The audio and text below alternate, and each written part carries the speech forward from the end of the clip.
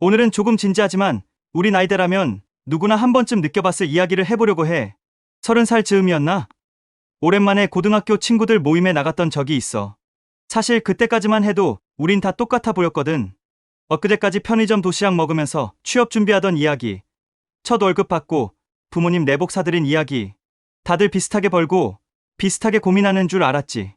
그런데 참 이상해.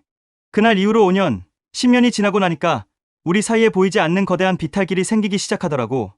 누구는 벌써 내 집을 사고 은퇴를 설계하는데, 누구는 여전히 월세 걱정을 하며 통장 잔고를 확인해. 왜 하필 30대부터 이 격차가 무서울 정도로 벌어지는 걸까? 내가 옆에서 지켜본 세 친구, 민수와 영희, 그리고 철수라는 가상의 친구 이야기를 통해 그 비밀을 알려줄게. 첫 번째 비밀, 종잣돈의 크기.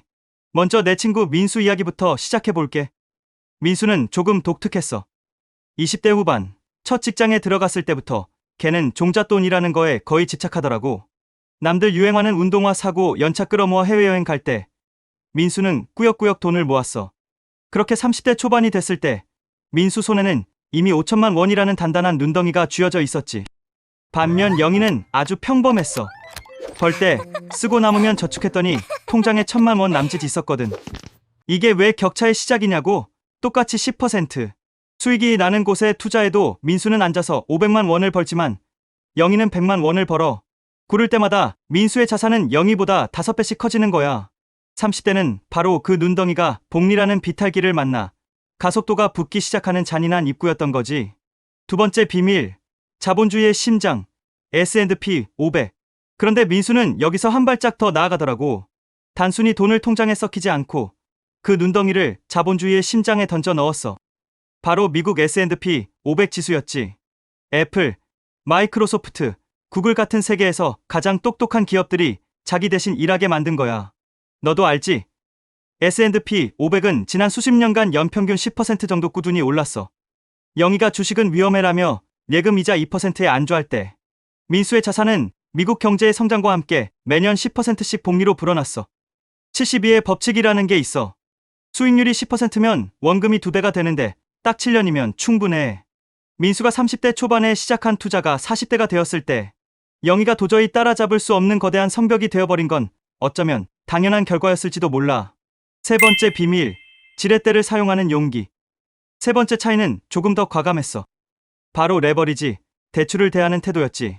30대는 우리가 인생에서 신용이 가장 높은 시기잖아. 은행이 기꺼이 큰 돈을 빌려주는 유일한 때이기도 하고, 민수는 S&P 500으로 불린 자산의 대출이라는 지렛대를 더해서 내 집 마련에 성공했어. 빚은 무조건 나쁜 거야 라며 전세에만 머물렀던 영희와는 정반대의 선택을 한 거지. 몇 년 뒤 자산 가격이 상승하자 차이는 극명해졌어. 민수는 대출이라는 지렛대 덕분에 내 돈보다 훨씬 큰 자산의 상승분을 온전히 가져갔지만 현금만 쥐고 있던 영희는 물가 상승 속도를 따라가지 못하고 벼락거지가 되었다는 상실감에 빠져야 했어. 좋은 빚을 활용해 자산의 파도에 올라탔느냐 아니냐가 인생의 경로를 완전히 갈라놓은 거야. 네 번째 비밀, 보이지 않는 환경의 벽. 마지막 격차는 우리 눈에 보이지 않는 곳에서 완성되더라. 바로 환경이야. 자산이 어느 정도 형성되고 나니까 민수가 만나는 사람들과 나누는 대화의 질이 완전히 달라졌어. 걔네 단톡방에서는 미국 대선이 시장에 미칠 영향이나 절세 전략 같은 고급 정보가 오가더라고. 자연스럽게 경제 지능이 높아지는 선순환에 빠진 거지. 반면에 철수는 여전히 신상 가전제품이나 연예인 가십에 집중해. 30대는 각자의 선택에 따라 커뮤니티가 분리되는 시기야. 돈이 돈을 부르는 정보는 이미 자산을 가진 사람들 사이에서만 흐르기 시작하고 이 정보의 격차가 결국 자산의 격차를 더 단단하게 굳혀버리게 돼. 결말, 너의 눈덩이는 지금 몇 점이야? 이 이야기를 들으면서 혹시 마음이 조급해졌어? 사실 이 모든 과정을 옆에서 지켜본 나도 그랬어. 아, 나도 민수처럼 했어야 했는데 하고 말이야. 하지만 내가 깨달은 게 하나 있어. 자산 격차의 핵심은 속도가 아니라 방향이라는 거야. 지금 당장 민수만큼의 큰 눈덩이가 없어도 괜찮아. 오늘부터라도 나만의 작은 눈덩이를 뭉치기 시작하고 S&P 500 같은 우량한 자산에 관심을 가져봐. 그리고 무엇보다 자본주의의 원리를 공부해야 해.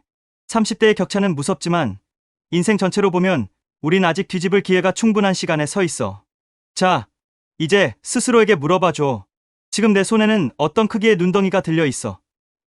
그리고 너는 어느 방향으로 그 눈덩이를 굴릴 예정이야?